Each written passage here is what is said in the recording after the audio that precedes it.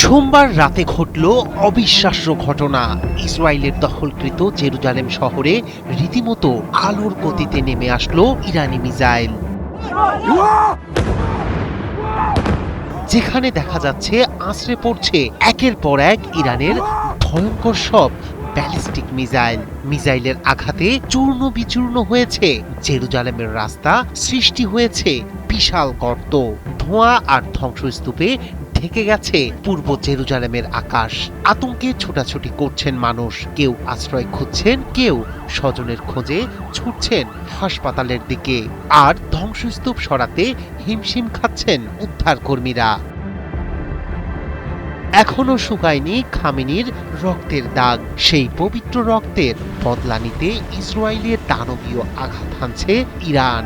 আকাশ চিরে ছুটে আসা আগুনের গোলায় জবাব দিচ্ছে খামেনির রেখে যাওয়া যোদ্ধারা। গভীর রাতের নীরবতা ভেঙে একের পর এক ব্যালিস্টিক মিসাইল ছোড়া হচ্ছে ইসরায়েলের দিকে। তেহরানের বার্তা স্পষ্ট, এই হামলা প্রতিশোধের, এই আগুন জবাবের। সংবাদ মাধ্যম আল জাজিরা জানিয়েছে, নতুন করে যে ব্যালিস্টিক মিসাইল ছুড়েছে তেহরান, তার একটি সরাসরি আঘাত হানে জেরুজালেমে। হামলার আগে পূর্ব জেরুজালেম জুড়ে বেজে ওঠে সতর্কতামূলক সাইরেন। কয়েক মিনিটের মধ্যেই বিকট বিস্ফোরণে কেঁপে ওঠে পুরো এলাকা।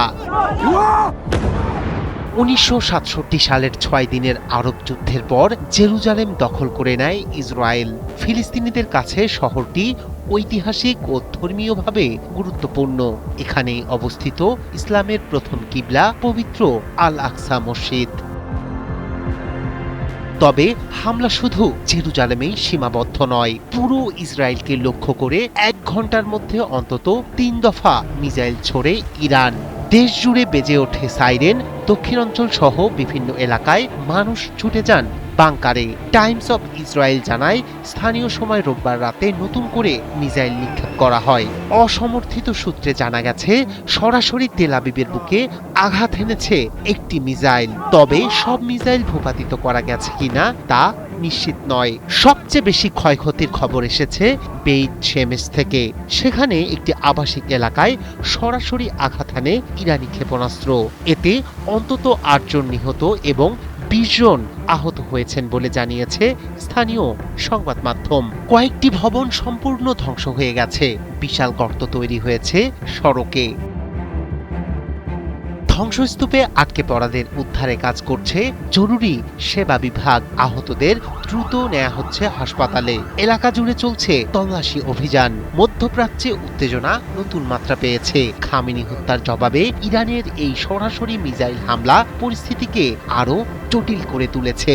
ইরানের বক্তব্য স্পষ্ট, এই সংঘাতকে সীমিত অভিযান হিসেবে দেখছে না তারা, বরং পূর্ণাঙ্গ যুদ্ধের সম্ভাবনা মাথায় রেখেই প্রস্তুতি নিচ্ছে তেহরান। হিজবুল্লাহ হুতিদের মতো মিত্র গোষ্ঠীগুলো তেহরানের সঙ্গে একত্রতা প্রকাশ করেছে। ফলে পরিস্থিতি আরও বিস্তৃত হওয়ার আশঙ্কা উড়িয়ে দিচ্ছেন না বিশ্লেষকরা। রায়হান কবির শুভ্র, ৭১।